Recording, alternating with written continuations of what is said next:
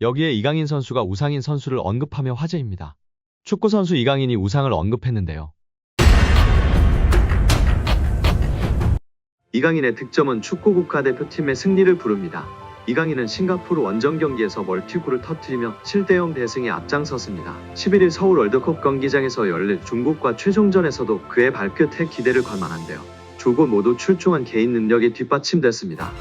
이강인은 전반 9분 상대 페널티 박스 안에서 화려한 속임 동작으로 수비수를 제친 뒤 강력한 오른발 슛으로 선제골을 뽑았습니다.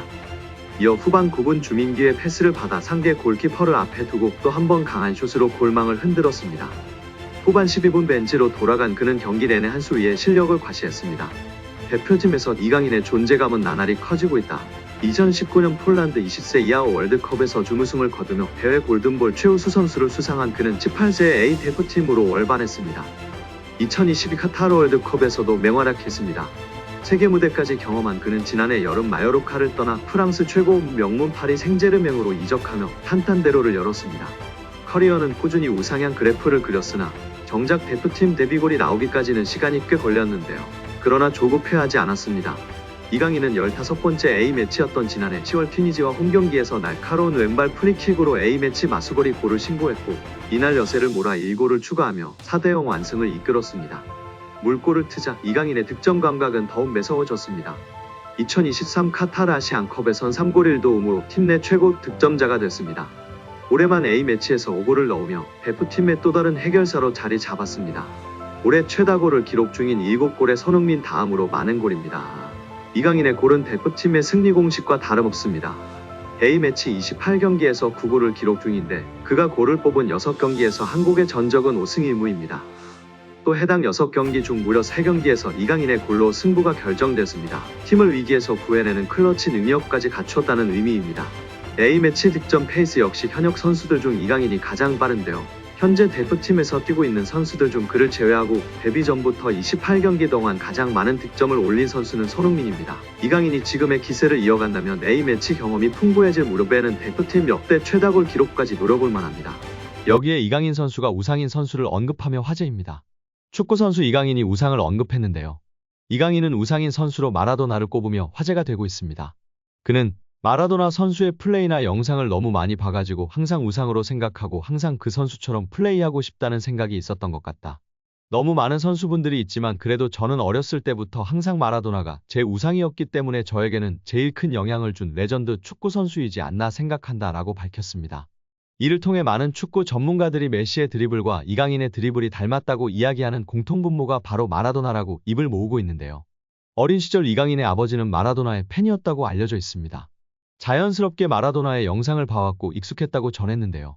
그런 이강인 선수가 왼발을 쓰고 스페인에서 축구를 하면서 당연히 마라도나와 스페인 축구의 영향을 받을 수밖에 없었을 것 같습니다. 메시 또한 아르헨티나의 전설 마라도나가 우상이라고 밝혔었죠. 자연스럽게 마라도나의 발자취를 따라가고 있는 두 선수기이기 때문에 우리 이강인 선수의 플레이가 메시를 닮았다는 이야기를 듣는 것 같다고 전문가들이 평가하곤 했습니다. 이어 이강인 선수는 마라도나 선수의 축구의 모든 점을 담고 싶다. 제일 좋아하는 플레이 스타일을 가진 선수였고 리더십이나 그런 부분에서도 엄청 강력했다는 얘기를 들어가지고 저한테 제일 영향이 컸던 것 같다 라고 덧붙였습니다. 또한 축구선수 정우영, 송민규와 찍은 사진을 공개하며 크리스마스 휴가를 다 받아가지고 우영이 형이랑 민규 형이 파리로 와서 같이 저녁을 먹었다 라고 밝혔습니다. 이강인은 우영이 형이 강아지를 키우는데 너무 귀엽더라. 강아지가 하나도 안 짖고 너무 순하고 애교도 엄청 많았다. 저도 강아지를 키워보고 싶은 마음은 있는데 쉽지 않더라 라고 말했습니다. 이강인은 정우영, 송민규와 한국 축구와 독일 축구에 대해 얘기를 나눴고 서로의 고민도 들어줬다고 밝혔습니다. 그러면서 제 주변에 사람이 많이 없다. 같이 축구하는 형들이 대부분 저의 친한 지인들인데 형들이랑 같이 밥을 먹으면서 이렇게 얘기를 나누는 게 저한테는 축구 다음으로 제일 행복한 것 같다 라고 전했습니다. 사적으로 자주 보는 선수로 기성용도 언급했는데요. 이강인은 저랑 엄청 잘 맞고 성격적인 부분도 너무 잘 맞아서 밥 먹으면서 얘기하기 시작하면 시간이 너무 빨리 간다. 기성용 선배가 아기가 있지 않나 그래서 빨리 도망가시더라 라고 말했습니다. 프랑스어는 매주 레슨을 받고 있다며 조금씩 늘고 있는데 불어가 생각보다 어렵더라. 빨리 배울 줄 알았는데 좀 시간이 걸릴 것 같긴 하다. 그래도 프랑스 구단에 왔기 때문에 당연히 불어를 배워야 한다고 생각해서 노력 중이다 라고 답했습니다. 여기에 이강인 선수가 아닌 일본의 구보가 아시아 선수 중 시장 가치가 가장 높은 것으로 평가되어 화제입니다. 레알 소시에다드에서 뛰고 있는 선수가 파리 생제르맹에서 뛰고 있는 선수보다 더 높은 가치를 부여받은 것이 화제인데요. 국제축구연맹 피파 산하 국제스포츠연구센터는 9일 아시아 출신 선수 중 시장 가치가 높은 10명을 소개했습니다. 매체가 소개한 시장 가치가 높은 아시아 선수 10명 중 한국 선수는 4명, 일본 선수는 6명이었습니다.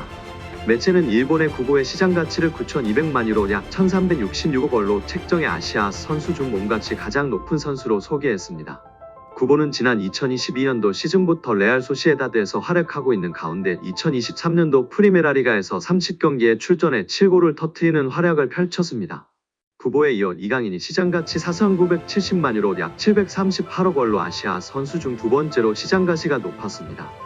이강인은 파리 생제르맹에서 5골 5어시스트를 기록하며 프랑스 리그앙, 트로페 대 샹피용, 쿠프 드 프랑스 상관왕 주역 중 한 명으로 활약했습니다. 프리미어리그 브라이튼 소속인 일본의 미토마가 시장가치 4,370만 유로 약 649억 원으로 아시아 선수 중 시장가치가 세 번째로 높았습니다. 바이에른 미넨 데뷔 시즌에 고전한 김민재는 시장가치 4,060만 유로 약 603억 원으로 아시아 선수 중 시장가치가 네 번째로 높았습니다. 이어 황희찬이 시장가치 2,940만 유로 약 437억 원으로 아시아 선수 중 다섯 번째를 기록했습니다. 손흥민은 시장가치 2,100만 유로 약 312억 원으로 아시아 선수 중 시장가치 9위에 머물렀습니다. 30대로 접어든 손흥민은 프리미어리그에서 17골 15어시스트의 맹활약을 펼쳤지만 시장가치는 낮게 책정되었습니다. 여기에 이강인의 활약에 고무된 김도훈 감독은 공개적인 자리에서 특급 칭찬을 날리며 화제가 되고 있습니다. 지난 9일 김 감독은 국내 매체와의 인터뷰에서 이강인의 이름을 직접 언급했습니다. 김 감독은 이강인은 솔직히 계속 칭찬을 해줘야 하는 선수라며 축구 선수로는 최고의 테크니션이라고 생각한다라고 말했습니다.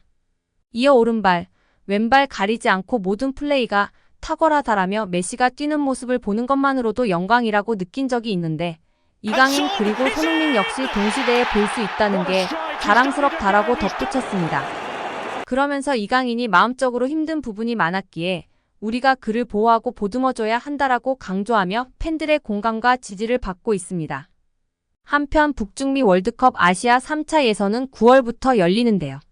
모두 18개국이 진출해 6개 팀씩 3개 조로 나눠 조별리그를 치릅니다. 각 조 1, 2위 6개 팀은 본선에 직행합니다. 각 조 3, 4위는 다시 아시아 플레이오프와 대륙 간 플레이오프를 거쳐야 합니다. 북중미 월드컵부터 본선 참가국이 그동안의 32개 나라에서 48개국으로 늘어납니다. 이에 따라 아시아에 할당된 본선 진출권도 기존 4.5장에서 8.5장으로 늘었습니다. 이로 인해 중국의 월드컵 진출을 염두에 두고 본선 진출국을 늘린 것이 아니냐는 이야기가 나오기도 했었는데요. 아마도 중국이 진출하기는 무척이나 어려울 것 같습니다. 한국은 이날 중국전 승리로 아시아 대륙 내 피파 랭킹에서 일본, 이란에 이어 3위를 유지하게 되면서 3차 예선에선 톱시드를 받습니다. 이에 따라 3차 예선에선 일본과 이란은 피하게 됐습니다. 중국전 결승골의 주인공 이강인은 앞으로 더 좋은 축구를 보여줘야 한다. 9월까지 모든 선수가 각자 소속팀에서 잘 준비해 3차 예선에서도 잘할 수 있도록 하겠다고 말했습니다.